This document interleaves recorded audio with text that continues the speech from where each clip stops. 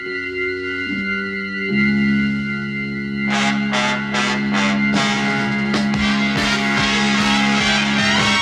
everybody, welcome to Amigos. I'm John. And I'm Aaron. And today our Halloween Spooktacular continues, rolls on for the 4th year in a row with Personal Nightmare and Alien 3. Every year a winner. Every single year. We've never played a bad game on Halloween, and this year will be no exception. Now Aaron, we did get some feedback from a previous episode. We got an email from our friend Professor Burke in Australia. Do you remember this guy? Yes, the professor. I do remember the professor. He says, just a brief note that we did have Gilligan's Island in Australia. I told you. I knew we would have it. I told you. I note it especially as I was once compelled to make the choice between continuing in Rainbow Islands, it may have been the Spider Boss with triple rainbow capability safely retained, or ensuring that I was seated in the living room for the commencement of the episode. It was perhaps 5 p.m. on weeknights, circa 1990.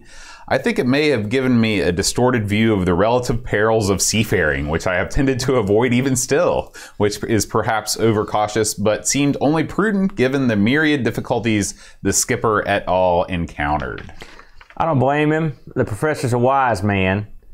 I also was instilled with a fear of the sea, thanks to Gilligan's Island. Trapped on an island full of well, I don't know. A couple of those dingbats were highly attractive dingbats, if you know what I mean. Yeah, oh yeah. But I'm not the kind of pirate that goes on the water. If you were a crew member of Gilligan's Island, who would you be? Well,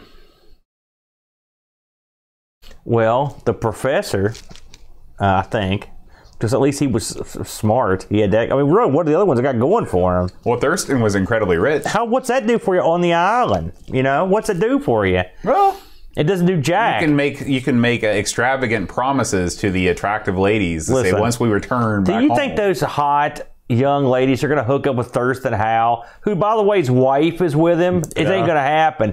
They're not going to hook. I mean, really, there's only 2 guys I had a shot. That was Gilligan and the professor, and I don't want to be Gilligan, so I want to get the professor. All right.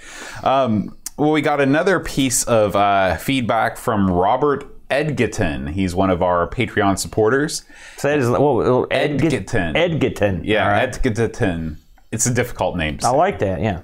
He says, I grew up on the Amiga. When the 2000 was coming out, my father gave me the choice of braces or we could get the Amiga. I still have crooked teeth, but never regretted the decision. I made the right call, dude. I don't know that my family ever made me choose between video games and medical work. But if I did have the choice, I would probably go for the video games. You're a slimy worm. What would they do for you? Yeah, that's true. I'm not a big fan of hand for control. It's kind of like up for jump. Yeah, fair enough. I'm not blessed with the extremities, unfortunately. Yeah. Well, how do you play? How did you play this week's games? Well, you see, my eyes are on these stalks. Yeah. And I move them very creatively. That's too much information. Something like that. Yeah, I got it. Yeah. All right, Aaron. This will get over real well on the people listening to podcasts. I hear the train a coming. It's coming around the bend. And I ain't seen the sunshine for God knows when. It's the gamble train, Aaron. Let's fire up the news machine. Listen, don't make me get a couple of guys to hurt you, lizard boy. So, we got a couple bits of news this week. I mean, this wasn't like what I would call a major news week, but there was some interesting stuff that came out.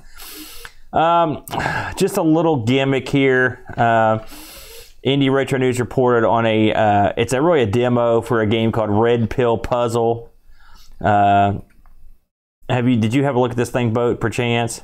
Is this sort of like it's using a red pill, and it's called the puzzle. Okay, so puzzle. Is it some sort of like a Sokoban type game where you're moving boxes around in a warehouse? Don't know. I've never played a Sokoban type game. It's a demo right now, but hey, the price is right, if you know what I mean. So if you're looking for something to fiddle around with, not the worst idea. Now this I thought was an interesting one, and I think this came out not too long after we laid the last show down. From the fellow over at Indie Retro News. Did you read this article, Bo? I have not seen this yet. Autism, bullying, and the love of retro gaming. Autism is a real sensitive subject, obviously, and it can be it could really cause you trouble or your loved ones. And he gets into, this is sort of a brave article, I have to say. He gets into his childhood and what it was like to be the kid that sat by himself in the lunch room or get hassled, you know. And if we all haven't been that kid, we've known that kid, right? And this is him, and he talks about how he used retro gaming as a way to help him cope and get through some dark times, man. I thought it was real. You know, I like this kind of stuff. When people really open up, you know, because a lot of people, there are more people like this than people that aren't. Right. Especially people that are. We live in a crap world sometimes, and it's nice. It's just a little ray of sunshine for those poor souls. I mean, I've known tons of people just like this, and I've occasionally been that kid, and it's depressing, and all you want to do is be accepted or whatever. And this guy talks about how he survived, you know, and of course look at his site now and its popularity.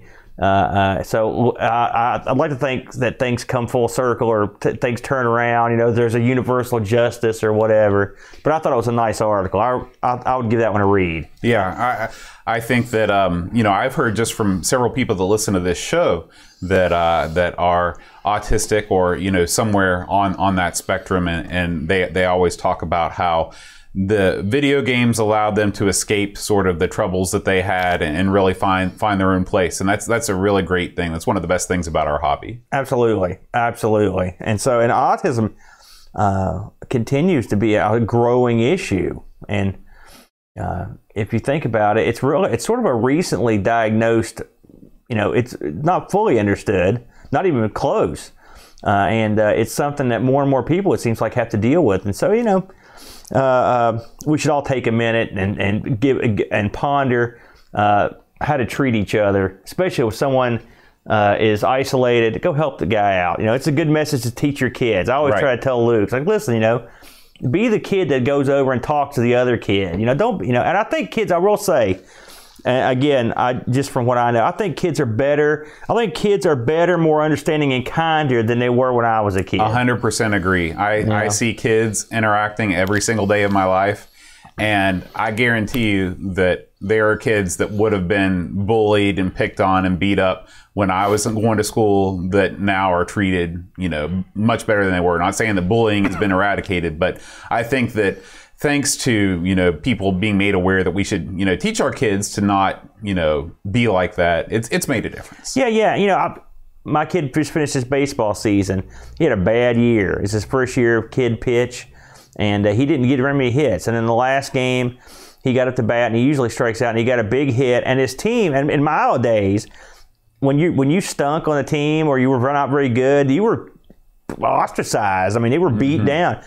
And to his credit, his team's credit, they kept pushing him and cheering for him, and they went nuts at the end. And when he hit that hit, it was like they'd won the World Series. They all went crazy. They hugged him when he came in, you know, after he scored. It was great. Yeah. And I was thinking to myself, this would never have happened when I was a kid, because that's not the way kids were brought up. It was dog eat dog. Right. You know, you worship the stars and you left the losers alone. I mean, it's true. It's and so people are bad. People badmouth, including myself occasionally. People badmouth the way things are done now. Major education is not the way you'd like it to be. But I think we're raising a generation of kinder, more considerate, less bullied and bullying children, at least locally. That's all I can say.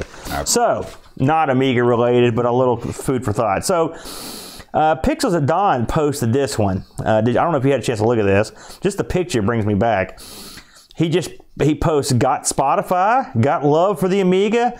I have both those things. Well, someone made a genuine Amiga music playlist over with a full day's audio. Wow. And this was spotted by Amiga Love, he says, and he's got a link. And so if you want to hear a ton of Amiga music, and who don't, there's the link, ready to go. You can see what I was listening to last, Land of a Thousand Dances by Wicked Wilson Pickett. Not featured on this playlist for some reason. I never heard him called Wicked Wilson Pickett. Yeah, that was his nickname. Really? Yeah. Well, I've never heard that. You know, speaking of music, this is slightly off. So you know who I looked into this week for no good reason? The Winter brothers, Edgar and Johnny Winter. Now, I knew plenty about Edgar Winter. He was the guy that they did Free Ride and Frankenstein, and he played backup in a million bands. But I wasn't as knowledgeable on Johnny Winter. Right. And I didn't realize his incredible impact and influence and his mark on blues, which I'm not a blues guy. I know you're so more into that than I am.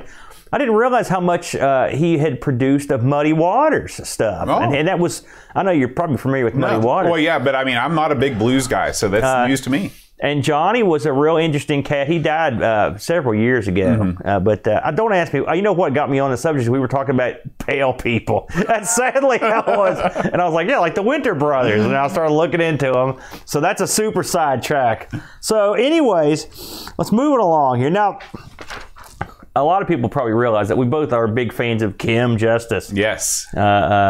And that's just the way it is, by the way. And so Kim, and I haven't got to watch this yet, I will admit. So I'm just basing this solely on her previous work. But she has a doc out, and it's the story and games of Sensible Software. Now, of course, Sensible Software, a staple in the Amiga for, among other things, Sensible Soccer, Sensible World of Soccer, Sensible Golf, and several other things. They did a lot, and then stuff off the Amiga as well. This documentary clocks in at just almost 2.5 hours. This is a monster, which is one of the reasons I haven't got to sit down and watch it yet. I mean, pack a lunch for this one. But always, the documentary does are top shelf. I think I've liked every single one, but I know you've watched a bunch of stuff with Kim Justice as well. Oh, yeah. Now, have you had a chance to sit down and watch this one yet? I have not watched this one, but this is probably going to be some weekend viewing for me. Yeah, ditto. Yeah. So this is supposed to be a rainy, wet weekend, and I think this is going to be what I'm going to be throwing on. Now, the Dreamcatcher. He's got another one here. And coming off, I mean, I think last week he did a little something with these guys. He's back again. This is an article he wrote. This is Not My Body, I Need That. It's got my arms and legs attached. This is basically the story of the incredible Crash Test Dummies. Now, do you remember when these guys were out and about on televisions everywhere? I remember the Vince and Larry were the Crash Test Dummies. And they were in a bunch of public service announcements. You can learn a lot from it. That's right, about wearing your seatbelt, I believe, was their thing. And these guys would get smashed and killed. They were a jovial couple dudes. So they were ripe for the pickings when it comes to video games. Sort of like Cool Spot. Remember there was a Noid? Yeah, the Noid. How many? That should be a show. Games based on advertising or public service figures. Hey, Amigos Game Selection Committee. Yeah. There you go. There's your theme. That's ratings right there. So anyways, this is done, of course, the Dreamcatcher's inimitable style. So if you want to check this out, we've got it linked up on the Google Plus, of course. Now, listen, I like to mess around on YouTube and just see what's going on. And I'm always looking for something nutty or new.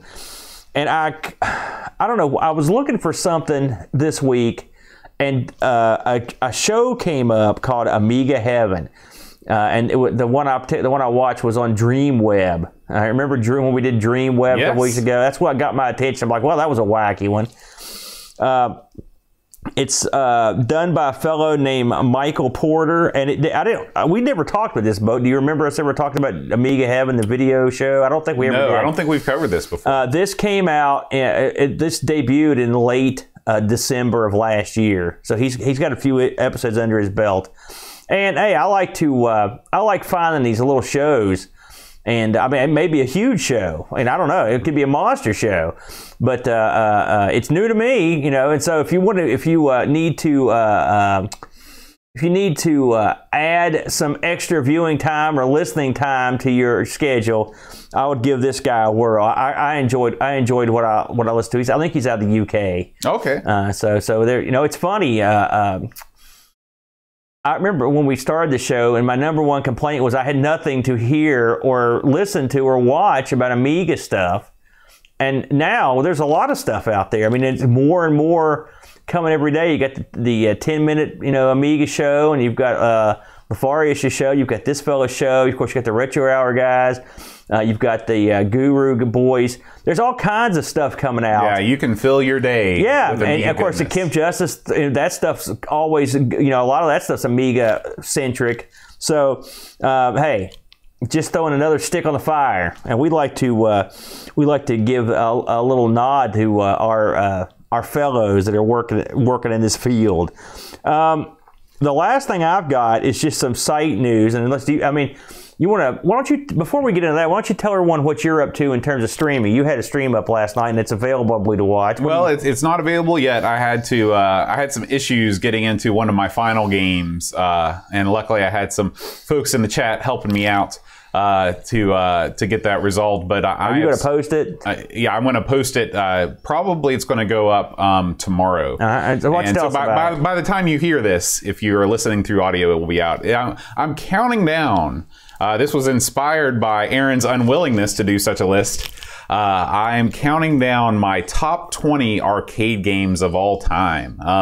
And I just play each game for about 15 minutes, talk about why I like it. I do all the streams live, so there's action in the chat you can look at. And it's just a chance for me to play my favorite games. It's something that I enjoy doing. And once I finish the arcade titles, maybe I'll move on to a different system. So I like it. I'm hopeful that it'll spur you on, Aaron, to do your top 20, because that's really what people want to see. Someone with your depth of knowledge of the arcade scene. I do know more about Cyclone than you do, clearly. Yes. Which I've got a project coming up alongside this arcade. We'll get to that in a moment. But there's one more bit of site news we'll talk about, which is this week on ARG, myself and the Brent, we talk about late 80s pinball.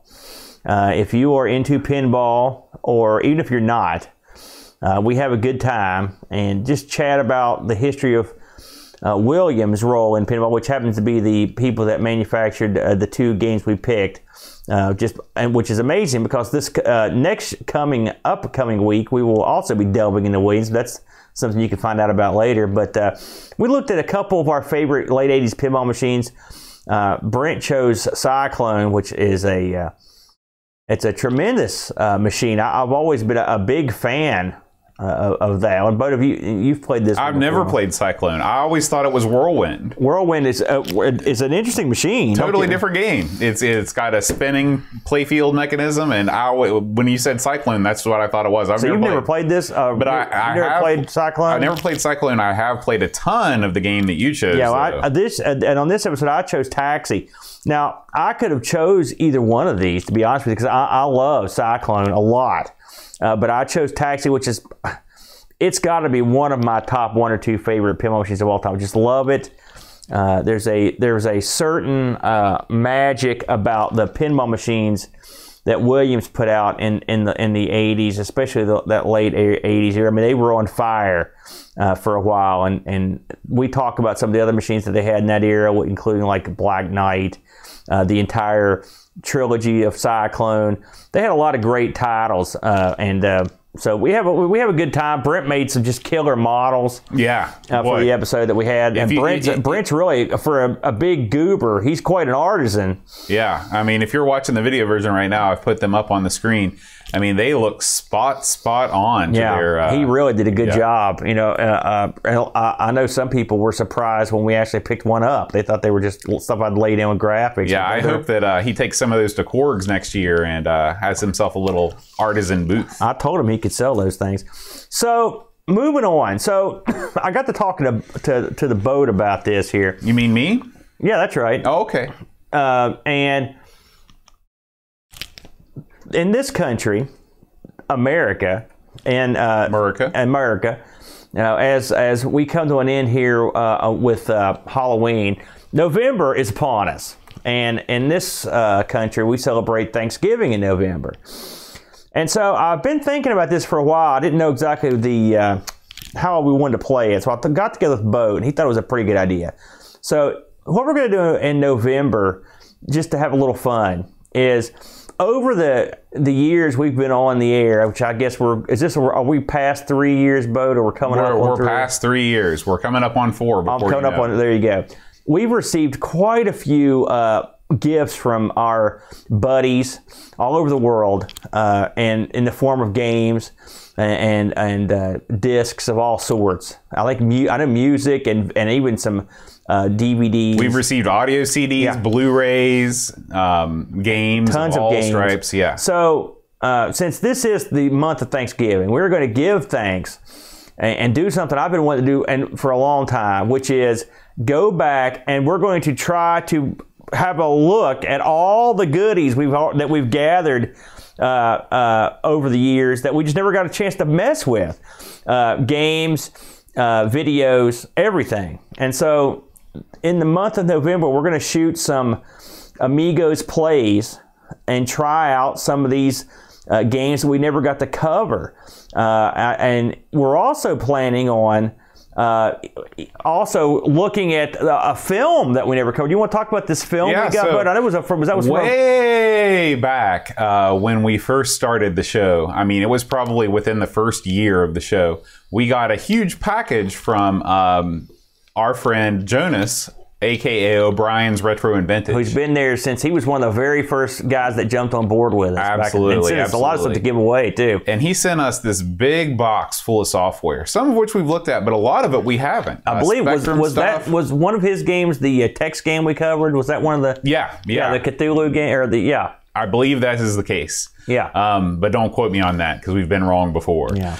But he also sent us this audio CD and a Blu-ray of this Norwegian action film. And we are going to watch that, and hopefully you want to divulge your plans for that. Yeah, we're going to try to watch this thing sort of Mystery Science Theater / Riff Track style.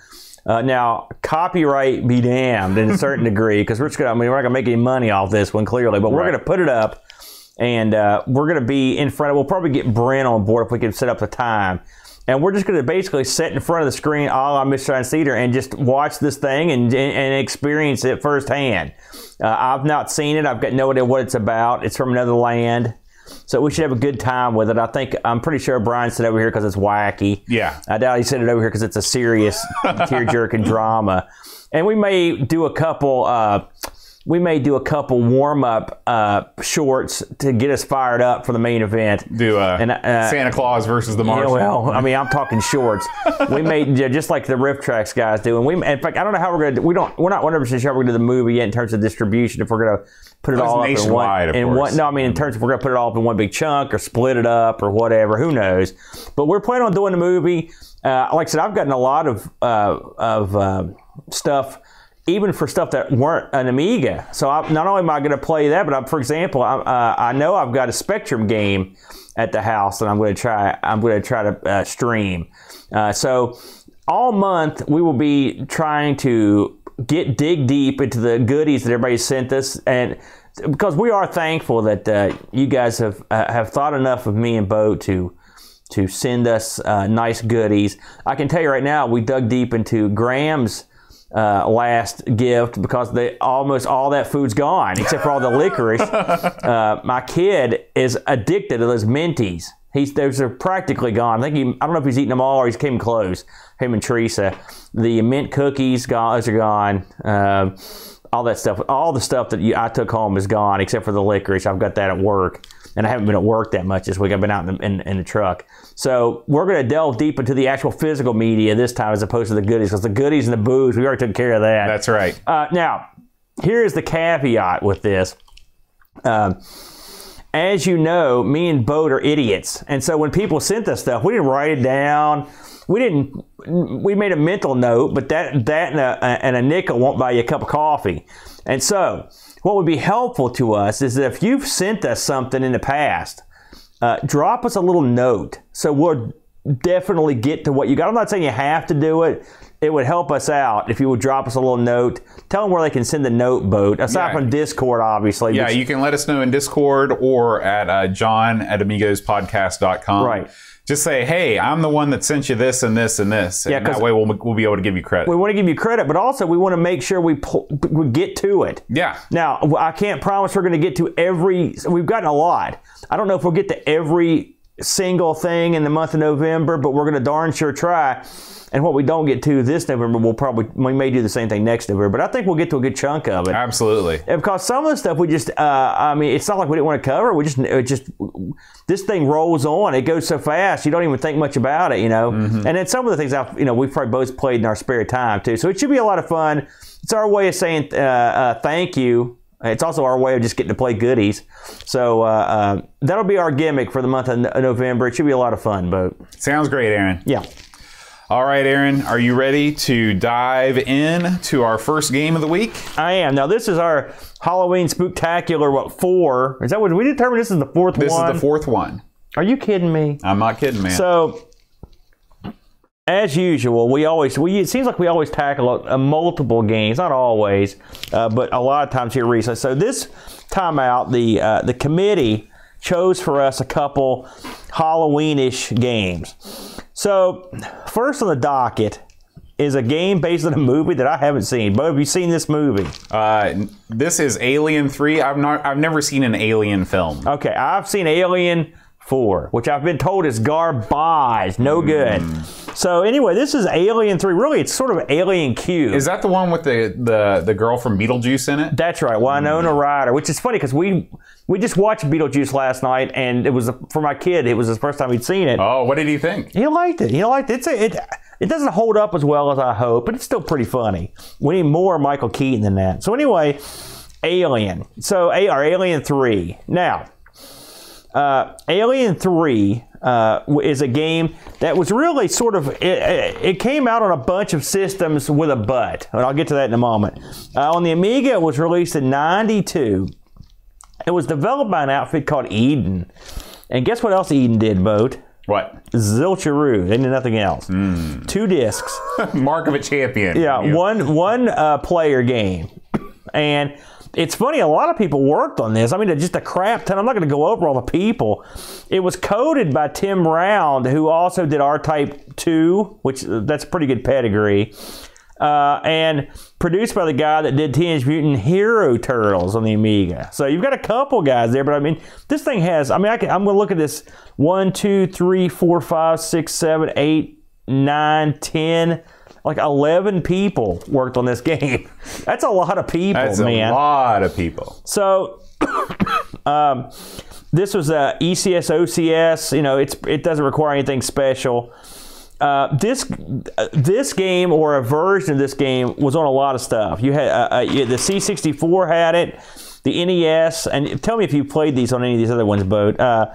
The Famicom, this Game Gear, Master System, and the Genesis / Mega Drive, and the Super Nintendo. Now, the Super Nintendo, I've read, I didn't play this one, is different. I haven't played it. Now, I've read that the Amiga version is very similar to the Genesis / Mega Drive version, except a little bit slower. I read that as well. Yeah. Now, the one that caught my eye and made me sad was the Master System version has 2 players. Cool. I wish we had that. Simultaneous? It said 2 players, so I think it was simultaneous. So, before we get into this, let's briefly touch on what it's based on, which is the film. Now, Bo, I know me and you haven't seen this movie, but I did a little research on it. So basically, without getting too deep in it, at the end, and everyone's seen little bits and pieces of Alien. So if you haven't seen Alien or Aliens, even I know about the thing that comes out of the guy's chest. That's right. And it sings, "Hello, my baby, hello, my pal." That's Spaceballs, isn't it? So in Aliens, of course, poor Sigourney Weaver just gets beat down, right? But her character in the movie is named Ripley. Okay, which always, this is how my mind works, Aaron. Yeah. You know, who is the director of Alien? Ridley Scott. Right. In my mind, Sigourney Weaver was always the director of Alien because I thought Ripley and Ridley, I got those together in my mind, and I grew up possibly until only about 1 or 2 years ago thinking that Sigourney Weaver directed Alien. Not the case. No. So this came out in '92. Again, we mentioned. Now this one was not directed by Ridley Scott. This is directed by a guy named David Fincher. So on this one, it takes place directly after the second film, and Sigourney Weaver's little escape pod lands on this prison planet. All right, and from what I was able to ascertain, she runs around this prison planet full of a bunch of crazy male prisoners, and the aliens are down there, and she runs around, and shenanigans ensue. You know, I'm not going to get too deep into it now. I did see that one of the people in it was Paul McGann, which I think he played one of the doctors, Doctor Who's. I think he played the one that was just in the movie. I believe that was Paul McGann. Anyways, it was considered not that good, from what I've found out, but it did make money. It made quite a bit of money, actually. The budget was $55 million. It made $160 million worldwide. Not bad. Yeah. But, I mean, it was considered the dud-a-roo. And it led directly into the fourth movie, which is the one I saw, but I couldn't sit here and tell you what happened in that one because it wasn't that memorable. I think it was one of the situations where I was sitting on somebody's couch, and they're like, look, you know, Alien 4 is coming on. I'm like, oh, boy. You know, I've got to catch that. That's going to be the bomb. So, what is... And this, like I said, you could call this Alien Squared, or Cubed, excuse me, because the little 3 is not really a 3. It's a little 3. Mm-hmm. So I guess... Superscript. What do you make of that, Boat? I make of it that it makes it really hard to type this into a search engine. Yeah, agreed. I agree with you on that. So what do you do in this? Well, you play Ripley, which is funny because I thought it was a dude. Did you think it was a dude? Yeah, yeah. Until I researched the backstory, dude. You know, then I was like, oh yeah, Ripley was a chick. You know, Sigourney does not look like Sigourney Weaver. Now I know Sigourney Weaver got all, you know, buff and got her hair cut and stuff. But I mean, think about Sigourney Weaver, the hot, voluptuous chick that was in like Ghostbusters and stuff. This don't look like her. No. This guy's looks like a tall drink of water. So anyway, in this game, this is what I would call your no frills, totally. By the numbers, running and gunning sort of platformy game. You play Ripley, and you're in a series of, I guess I would call them almost like a factory levels, or I mean I played some of this game and watched the rest, and all the levels are pretty much very, very similar. The background color would be different, but it's almost like what you would expect to see in a factory or a construction site, or very sort of bleak, desolate places. That's right, or like some kind of like industrialized sewer. I know, I think those exist. And so your job as Ripley is to rescue. I guess prisoners, since this is a prison then, Boat. I never thought about it. Yeah. But your goal is to rescue these prisoners who have been alien gooped to the wall. Right. And apparently the aliens don't want to do anything to you but goop you to the wall. That's right. Well, at least those guys, they want to kill you. Yeah. So apparently in the movie, Ripley doesn't do this much butt kicking and doesn't have a ton of weapons. In this game, you've got a bunch of weapons. And you get them right away, effectively. You've got like a machine gun. You've got like a grenade. You've got this gun that goes, and it's like the bullets are big. Like a bazooka. It's almost like a pipe bomb thrower or something. Well, I mean, it's just like a big. I'm talking about the thing that shoots the little big bullets. It's like an anti-tank gun. That's right, but it makes that pop noise. Oh yeah. It's very distinctive. And then you also got a flamethrower. Okay, so that's a pretty good collection of weapons.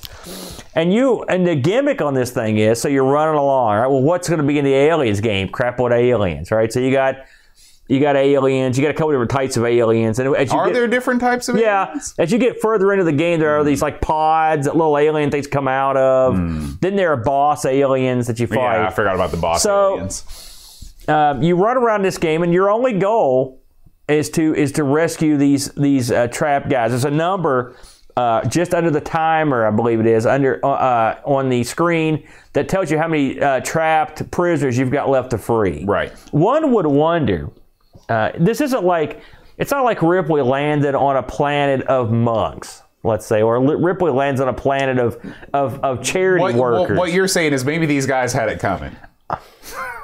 From the movie description, these were violent male jerks. Right. They got sent to a prison planet. All right, it's not like these guys might get out in a couple years. They might make parole or bail. They're on a planet. They're not going to fly you to this planet unless you're stuck on the planet. Very true. So when the aliens come in and you're like, got all these guys glued to the wall, you know, I've got to wait to exit to rescue Bill, the guy that killed his grandpa or whatever. You know, screw this guy. Let him get eaten by the alien. So if it was me making this, I would have had her land somewhere like an orphanage planet. Is that a thing? Do the aliens ever, you know, land there? I'm just saying, an orphanage planet, you've got to reach to get, it's like, oh no, little Jimmy's, he's glued to the wall. Right. Let's go get this guy. But you know, when it's Guido the knife that's on the wall, I'm just like, well, maybe Guido the knife should be eaten. That's who I'm going to be next year for Halloween. It's Guido the knife. So we've already talked about pretty much of the game. Yeah. You run around and you rescue these guys. You go up and down ladders. And I will say there are some things I really liked about this game, and you're going to be surprised. The gameplay is solid. There's a saying in wrestling, you know, you can do a basic match, but do it well, right? Don't make it too complicated because that's too hard for you. Mm-hmm. That's what this game is. They took a basic concept. How about a game where Ripley runs around, goes up and down ladders, and goes up and down stairs and rescues these guys? Okay, that's the game. Okay, now do a good job. Okay, it controls well. It supports 2 buttons. That's glorious. It's got an excellent way to switch. It's an easy way to switch through the weapons. I had no problem. Several ways, actually. You can also hit the space bar. I used the 2 buttons and it worked great on my C32 pad. No problemo. Ripley controls, I mean, looks cool as she runs around. I mean, this isn't like flashbacks, but it's pretty good. You know, it reminded me sort of like a Rolling Thunder. Remember that game, Bo, in the arcade? I love Rolling Thunder. You know what I'm talking about? The guy runs around. It looks pretty cool. Yeah. That's what Ripley sort of moves like that. Now, the aliens look cool. Okay, they'll hide. They'll appear behind you. They'll be hanging from the ceiling. I'm down with that. Mm-hmm. But here's the thing I didn't like about the aliens. And you'll find this out the second you start playing. You're like, hey, I'm on the surface. Let's run to whoa! And the aliens pop up like that, mm-hmm. and they're on you. Yeah. And you've got no time. Now, there is a radar gimmick. It's a thing. Up in the corner. It's called Radar Love. It is. They've got a thing called Radar Love in the game. And I don't love this radar. This is radar hate. Because the problem with this radar is you can watch the screen of the radar, but it's hard to watch both. Even with my crooked eye, I had a heck of a time watching them both. And so by the time you see something pop up on the radar, these aliens are quick, man. It's like a bunch of Usain Bolts coming at you. And you're trying to use your guns on them. I mean, sometimes you get lucky. So basically, I had the old walk 3 steps with a shot thing going. Right. Because I knew something was going to come off the screen. Once you get underground, it's not as bad. But when you're above, although they'll jump up there too out of nowhere, and it's a pain. I like the tunnel aspect. I know in Aliens, I know this from seeing clips and stuff, right? You'll have aliens in these tunnels. The Jeffries tubes. That's right, because every ship, prison, like convenience store, you know what I'm saying? Every place has these little tunnels you got to crawl through. I don't know, and you have to have a flashlight or whatever. Yeah. You got your radar, but it's sort of suspense. When I think that's what they were going for, was use the radar to see this stuff coming, because it's so quick. You've got to use the radar; it'll get you. Right. And that's true. And I guess if you're a better hand than me and you're super quick, you could get this stuff before. Well, I'll tell you this. This is what I think. I think this is one of these games that you just have to play it enough that you memorize where, because the enemies always come at you the same way. They're always in the same spots. You just have to play it enough to where you can memorize the patterns. And you can get through this game if you do that. But the question is, do you want to spend the amount of time that it takes to learn all these patterns? This isn't a game that you can get through on brute skill alone. Well, plus the timer, really. I can't tell you how many times I would rescue all the guys on that on the first level and then not have time to get to the exit. Yeah. Now, did you play this on easy? Yes, absolutely. And with all the men you could have, right? Yeah. Okay, that's what I did. Now, how far did you end up getting? I did not make it past the first boss. The first boss. So you got. See, I didn't get past him either. But he's not that tough. I watched the video. I was, to be honest with you, I was kind of exhausted from a mental standpoint at that, because I mean, it is a intellectually taxing game, because like you said, you constantly have to be aware of where you are in the stage and where you need to get out. Well, this game is not going to win any awards for originality. It's not going to win any awards for graphics. It's certainly not going to win any awards for sound, because among the several screw-ups is the fact this is another one of these games. You can have sound effects or music. You can't have both. Irritating. And the music in this is pretty good. But I want sound effects. Yeah, man. Because the sound effects are good too. Yeah, I want it all, and I want it now. Right. And I don't have it now. So that was but I mean, it's not going to win any awards. It's not going to. It's not the plot's nothing extravagant. I mean, in between the graphics aren't anything to write home about. In between levels, there's a graphic of like a drooling alien. He's like, oh, I mean, this guy's salivating. Somebody get this guy a sandwich. But those look pretty cool. Didn't you think they looked cool? Oh yeah. And but the timer is tough. I mean, for me, I know if you're a stud, I didn't have any cheats either. Now I'm sure there are some, but I didn't use any of them. I just played old school to see how far I could get. I was disappointed when I watched past where I could get, because it's literally rinse and repeat the entire way. Yeah, including repeating the end bosses. I went through the whole game, through World of Long Plays, and it would have been nice if they would have mixed up the action with, some different sorts of stages. Even the Batman game that's sort of like this. It has like a driving stage, something like. I mean, of course, you're not going to be driving around. Maybe you pilot that. What's that loader thing that she's in? Isn't that in the third Alien? No, I think that was in the second one, man. Oh, okay. But don't hold me to that. The third one, no one talks about the third one. I was reading that amongst the many problems they had with the third one, aside from multiple writers, is that they were filming some of it with no script. Whoops. Oh. Sounds like The Hobbit. Yeah, not good. But this game, to summarize, in my opinion, I thought it was it reminded me a lot of like Navy SEALs or something. You remember that game? It's just one of those games. It's a run around. It's a playable game. Yeah, to me, this is totally representative of your typical licensed title that came out anywhere in the 93 to 95 era. It reminded me a lot of the Genesis version of Jurassic Park, where you got to play as the raptor. Yeah. This is different than the Amiga version. Yeah, I've played that. But the level that was design, a big deal when it came out. Yeah, the level design is very similar, where you've got this, what amounts to this huge box with lots of tiny rooms in it, and that comprises each stage. Yeah. It's a very efficient, quick way to make a licensed title. But again, like you said, it's not a bad game. It doesn't play poorly. Yeah, I enjoyed it. And it's one I'll go back to, and I'll tell you why. It starts you right off. You get into the action quick. The rules are simple. It's brain dead gaming at its finest. But I mean, again, this is I hate to say this, but it's true. Well, it happened. If this appeared on any console, it'd just be another game that you would get that would be in the $2 bin in 6 months. Right. It's just another, like, no one's like, man, remember, no one sits back in their easy chair and is like, I remember the time when I played Aliens 3, and everybody's like, well, me too, Bill. We used to have playground discussions about no one talking about this on a playground. It's done. Other than saying, man, I wish this was sensible soccer or something. Or like, man, I'm glad I only paid a couple bucks for that. Yeah. I would have gotten screwed. Now, let's talk about... speaking of reviews... Yeah, look at you, Boat. You're a transition master, dude. So, how did this review? Well, Commodore Force. Ooh. That's a great one. 93%. They liked it. Commodore Format.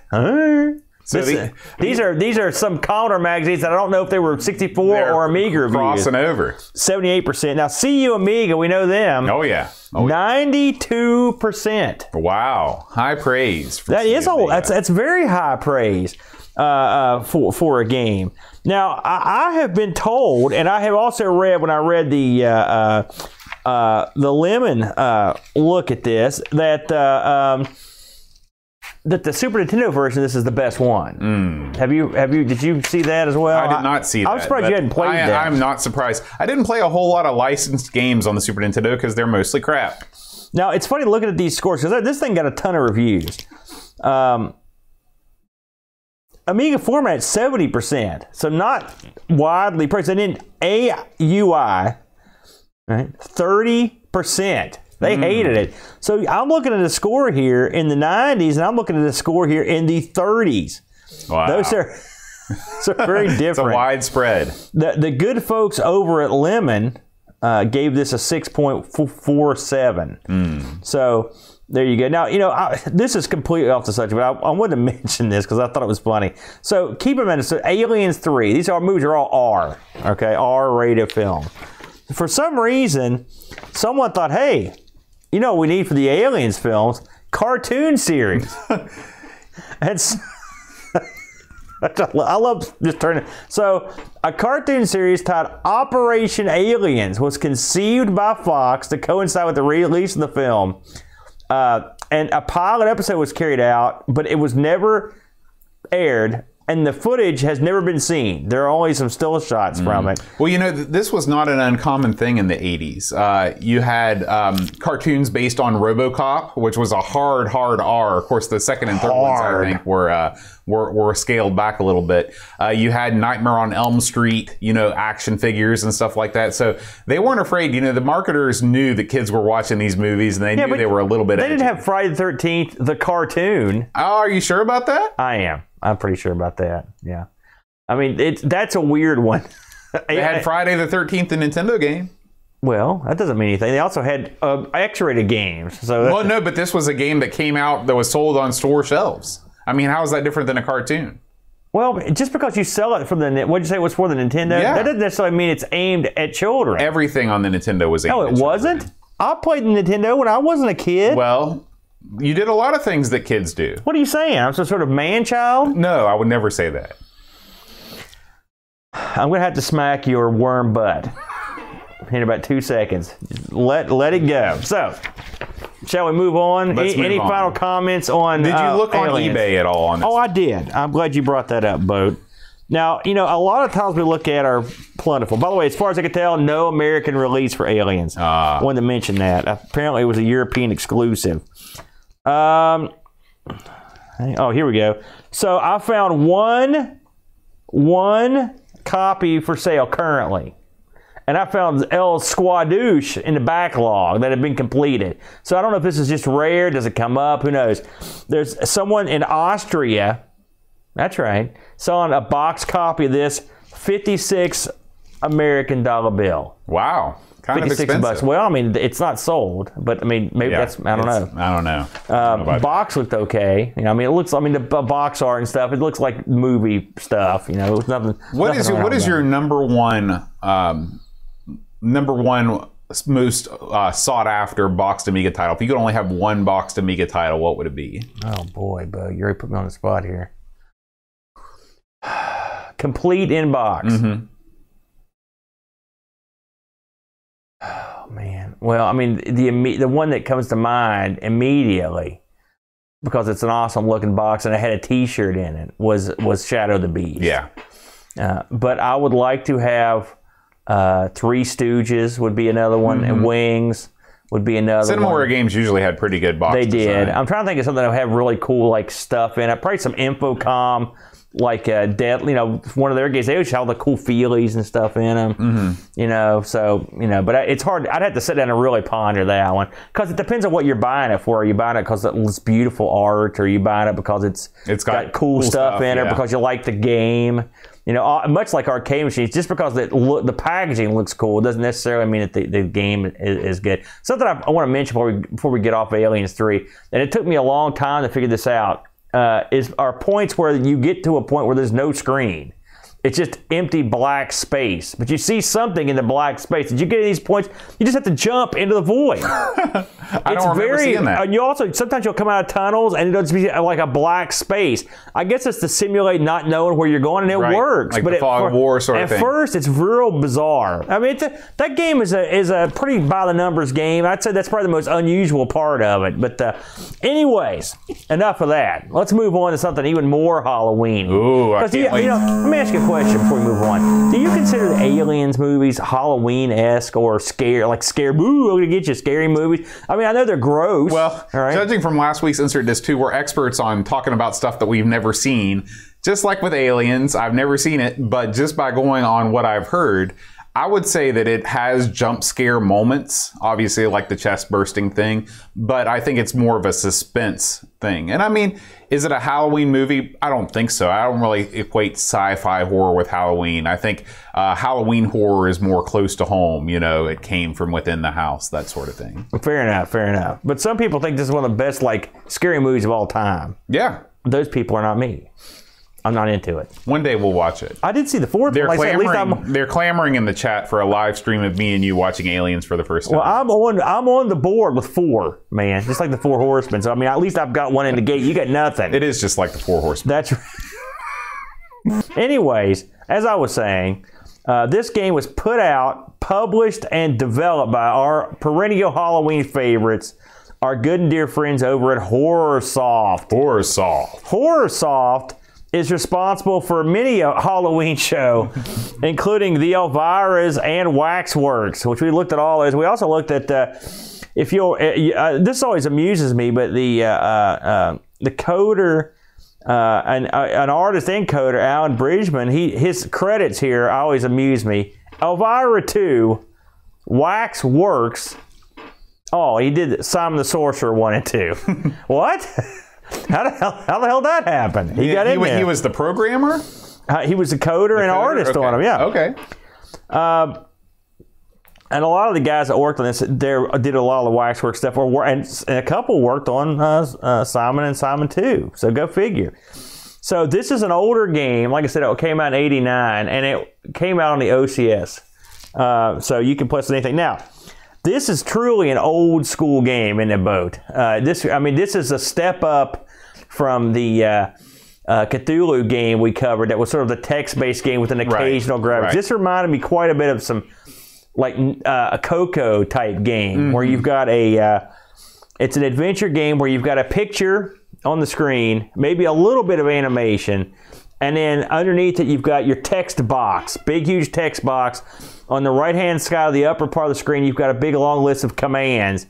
And then on the left part, you've got a compass which says which way you can go, and you get your inventory. Very simple stuff. Now, I'll have to say, I haven't played too many games that had an interface like this one, Boat. This game allows you to play it in a text way. You could just sit there and type away. In fact, there are some parts of it that you need to type on.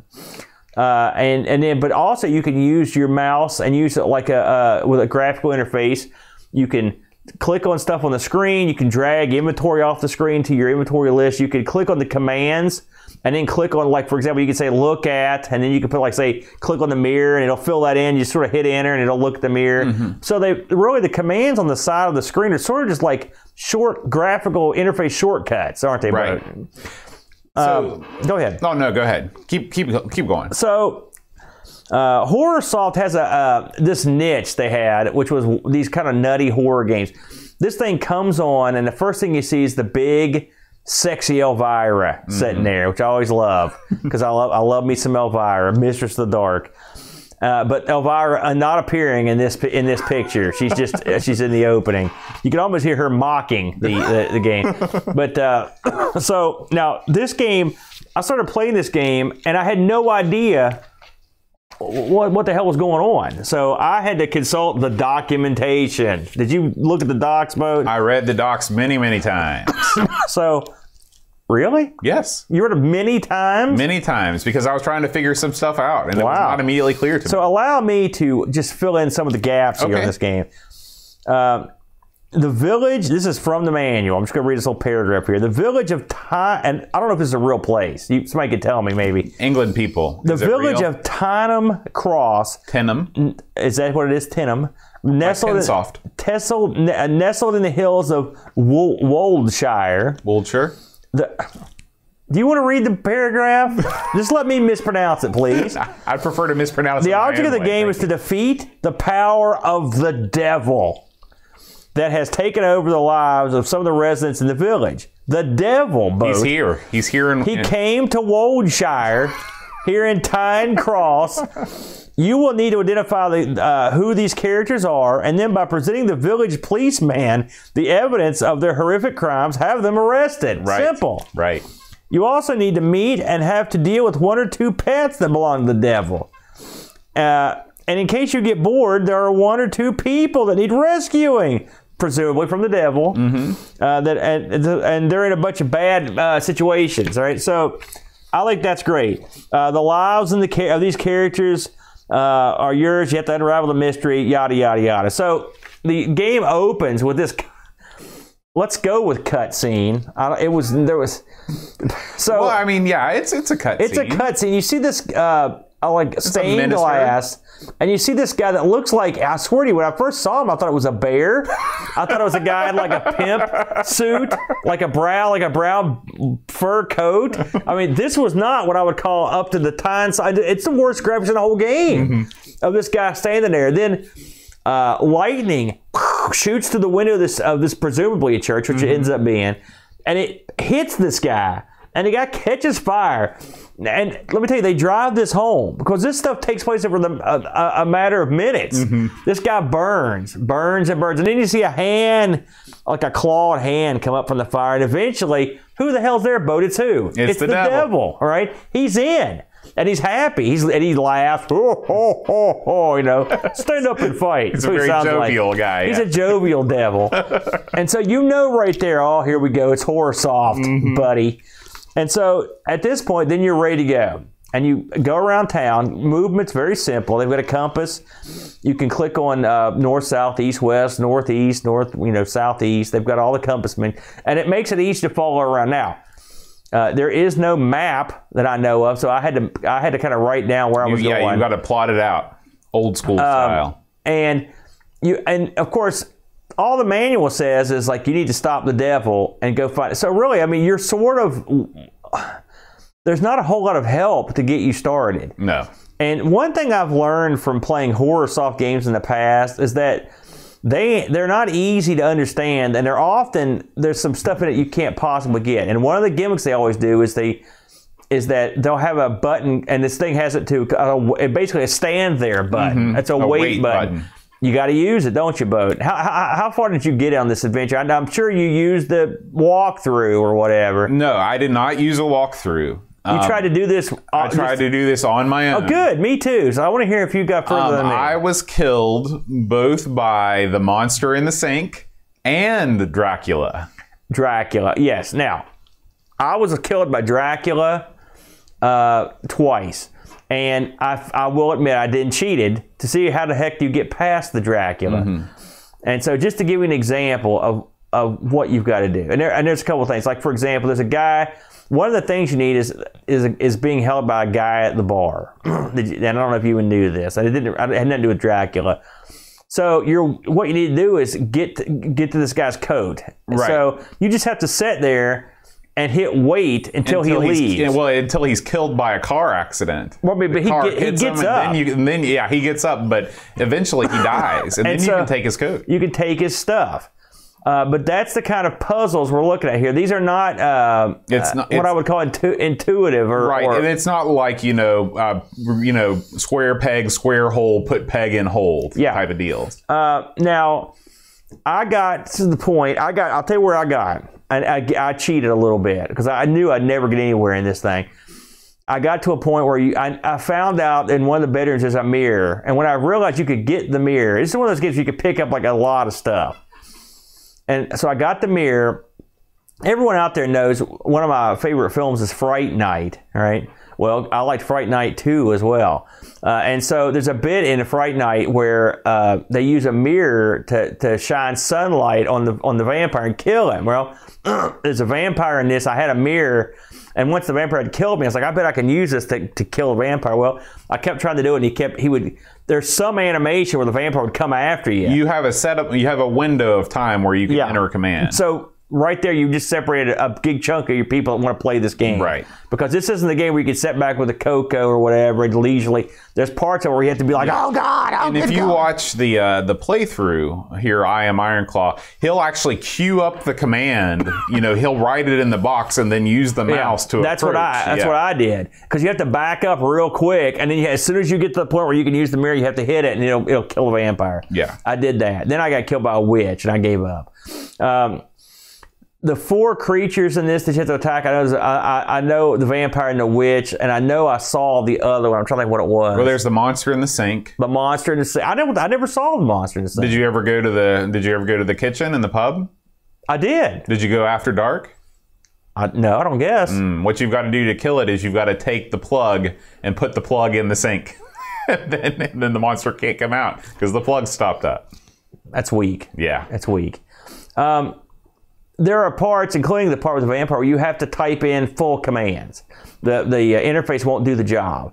So aside from the fact that it's time based and there's some graphics. I mean, there are parts where you're going to play just like an old school text adventure. Mm-hmm. Now, this is one of those games where it may be your bag and it may not. Now, there are things I like with this game.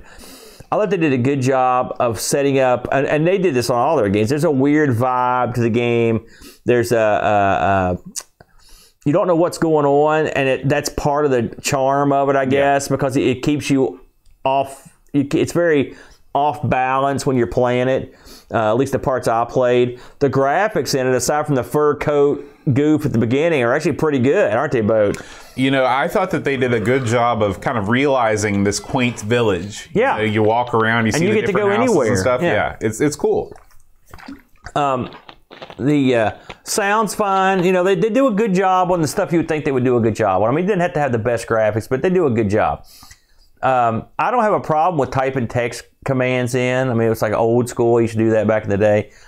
The inventory is a little weird. I didn't necessarily like the pickup system when it got a little odd.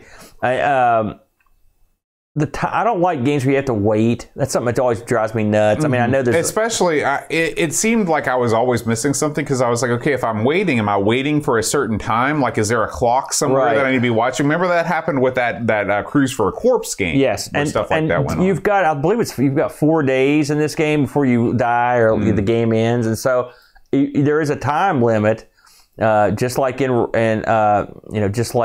Aliens. And the time limit is pressing, so you can't just sit there and hit wait. I mean, effectively, what you'd have to do is sort of go to each screen, hit wait a bunch of times, make sure everything was good, and start the game over. Right. And certain things you do trigger other things. It's kind of tough in a boat. I mean, it was tough to get into for me. I got a certain degree, but I don't think I would have gotten anywhere without the cheats. What do you think? Well, I'll tell you, you got pretty far with that cheating. Oh, definitely not pretty far. I got around to where I had some idea of what the game was trying to do, but I knew that I didn't want to have to put in the heartache and the headache to actually figure out these puzzles. There are several things about this interface that are annoying. Okay. The first is that they give you that bar on the side of the screen, take, drop, open, etc. Yeah. They give you all those commands. That leads one to believe that those are the list of commands that are available to you in the game. It does not put in there any way that okay, here's another thing too. What's the first thing that you do when you see somebody in a room? What's the first thing you do? You look at them. What's the second thing you do? Talk to him? Talk to him. You type in talk, Mr. Jones. It says, talk is not a command used in this game. That leads you to believe that, hey, maybe you're not supposed to talk to anybody in this game. No, what you've got to do, what is the command you're supposed to use? I believe it was the one that you examine, look at. So you never talk to anybody in this game, Well, most of them they talk to me. I didn't have to say anything to them. You have to ask people. You have to say, ask No, Mr. I never Johnson did that. about Mr. Blanders or whatever. Yeah, so that's how you communicate with people in this game. So that sucks. That's no good. Well, once you know it, though, it's okay. Well, yeah, but they should make that apparent. Another thing that I didn't like about this is the way that your inventory, it's kind of neat the way that they do it, and you can drag things off the screen. Yeah, I like that. But they don't tell you, and maybe they did tell me this in the docs, I didn't see it, I didn't see it, where you can actually use your mouse and click and drag things over to your inventory. I did do that. If I would have known that, that would have made it better. But again, it wasn't I did that. I just assumed it. I mean, if you ever played Deja Vu, where it's got that ability to drag stuff off the thing, and that's what I hope this did. Yeah. And so this is definitely a game that sort of straddles two different eras, like you said, in point and click adventures. It's really unusual. I mean, you could see it was. I guess this is the natural progression. I'm thinking though, if this came out in '89, I'm trying to think what was the game du jour back then? Was it? I think Maniac Mansion came out in '89. You know, so either 89 or 90, but this was a first person deal. Maybe, I don't know when Shadowgate came out, if that was contemporaneous to this, or I mean, one thing about horror soft stuff, and we've now that we've played all of it, there's some sameness to it. I mean, it's they love that wait command. This reminded me of quite a bit of like Waxworks. You know, maybe that's because of the last one we played. The action elements are definitely similar, where you have a window of time or you'll die. The death scenes are like they're not quite as gruesome as Waxworks, but they're still the ones I saw were And here's the ultimate slap in the face of a game like this is. This game is very well done graphically. They really go all out in terms of like the death scenes and all that stuff. You progress all the way to the end of this tens of hours of adventuring, and you're greeted with a static text screen that says, "Well done, you beat the game." I didn't watch to the end because I didn't want to spoil it. So I'm glad it is truly, truly horrible. It's awful. People should be used to that though. Yeah. That's the way things went back in those days. This didn't get a ton of reviews. Oh, I should mention, by the way, before I forget, this saw a release on the PC, which again a lot of HorrorSoft stuff did. It also saw a release on the Atari ST. I could not determine which came first. I don't know if this is a port of the ST, the DOS, or the other one. Be interesting to know. Yeah. I looked this thing up on the eBay. Again, I only saw one complete copy, $114 in Germany. That was a best offer, and then I saw a couple sets of discs going for $34 and $80. That's a lot of money.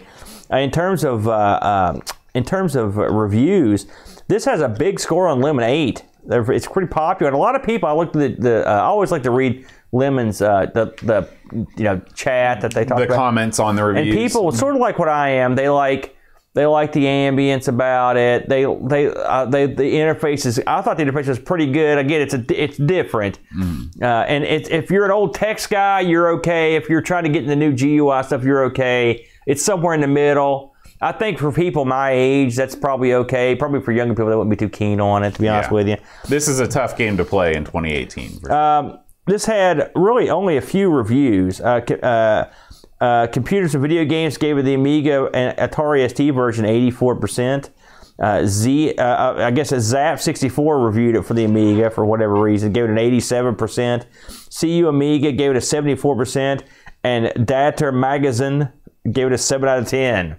Not too bad. So I mean, you're somewhere between the 70 to 88 percentage. I don't know if I'd go quite. I mean, you're right. I mean, this is a tough one to. I'm sure there's some people that have a nostalgia for this game, and I do like a good horror game. A good one.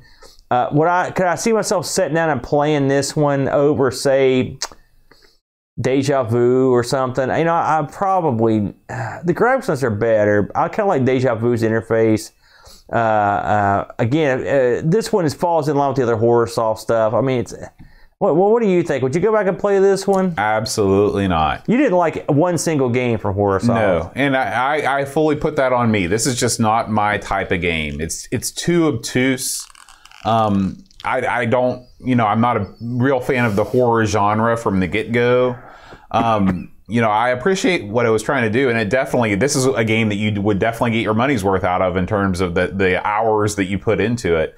And it is very well done for what it is, but it's not something I'd return to. I think my favorite game was probably Waxworks, and I thought they left a lot on the table in Waxworks too.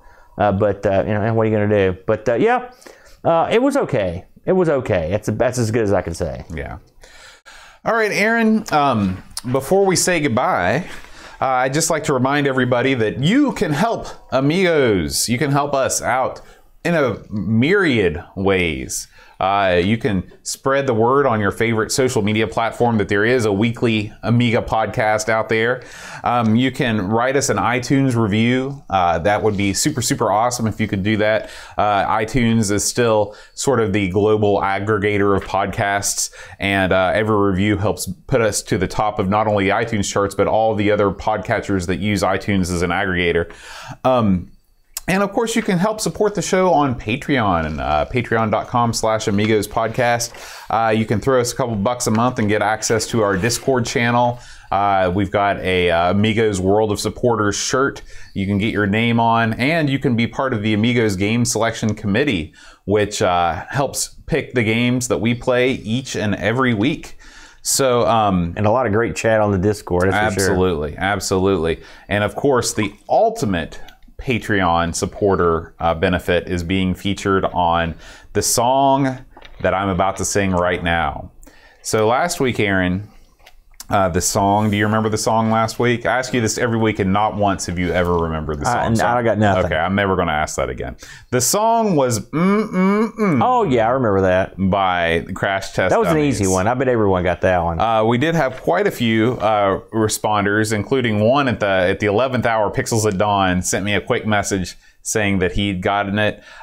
So I need a funky fact about Pixels at Dawn. Pixels at Dawn was born at dawn. Okay. What about Paul Harrington? His hair weighs a ton. Okay. You're doing great. How many of these are there? Dreamcatcher actually got this one right. Dreamcatcher? Yeah. Man, he's the charismatic enigma. Very true. Him and Jeff Hardy. Jason Warnes. Jason warned me, don't let you sing anymore, but I didn't listen. Andrea Hucker. Andrea? No, Andrea. This is the Huck's Hucker, wife. Gary Hucker's wife? Yeah. Well, shut my mouth. A chick, listen to the show, good for you. Well done, Andrea. I can see our female viewership is going to continue to explode with comments like that. Never call broads chicks? Is that the old saying? Barkbit. I'm not even going to let you have an opportunity to say a funky fact about Andrea Hucker. I respect her too much. Barkbit. Barkbit. I'd love to know where that name comes from. He's got to be dog related, right? All right, that's the funky fact. I'm probably making fun of his family ancestral name. I am nobleman like Jake Barkbit from the Barkbit dynasty. Okay, Colin 419. 419 is I believe that's a cleanser. Okay. Isn't it? Darren Coles. That's 409. I was close. How many people won this thing? This is the last one, Darren Coles. Darren Coles. Listen, we come from a place that's full of coals. It's true. It's true. He would be right at home. There's no one digging it anymore. In a home, his home among the hills. You know, this bit, you always do this, and it's always dirt worst. Well, it's the dirt. You got to do a better job coming up with funky facts. I got no material. I don't have any funky facts. I'll ask you the facts. You can come up with something. I do. Let me get Webster's Dictionary. I'm just going to start reading stuff now. You make something hilarious come up. It's like, if you can do it, I will bow down right there on the floor. Hey. I do a weird thing. I do enough of the heavy lifting with my vocal talents. Oh my gosh. So if you know the answer to this week's Patreon Song Challenge, please send me an email at john@amigospodcast.com, and we will do something with your name next week. Perhaps a new bit. Yes. Anything. Here we go.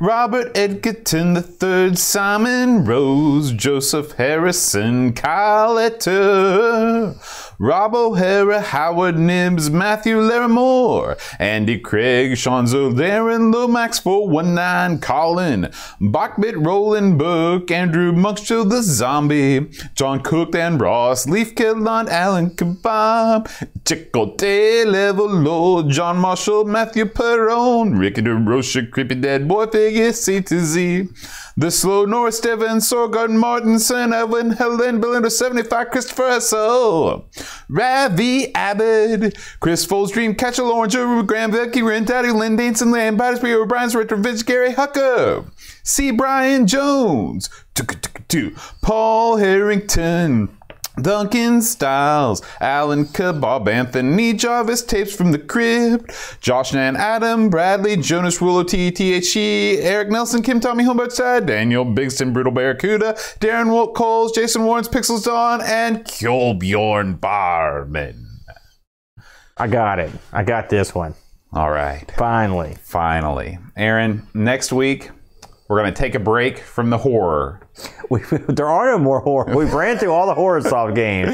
And we're going to jump into our chopper. Get to the chopper. The chopper. We're going to play Z-Wolf 2. I have no idea what that is. All right. Well, was there a Z-Wolf 1? You'll find out next week on the show. That sounds good to me, We do record this every week.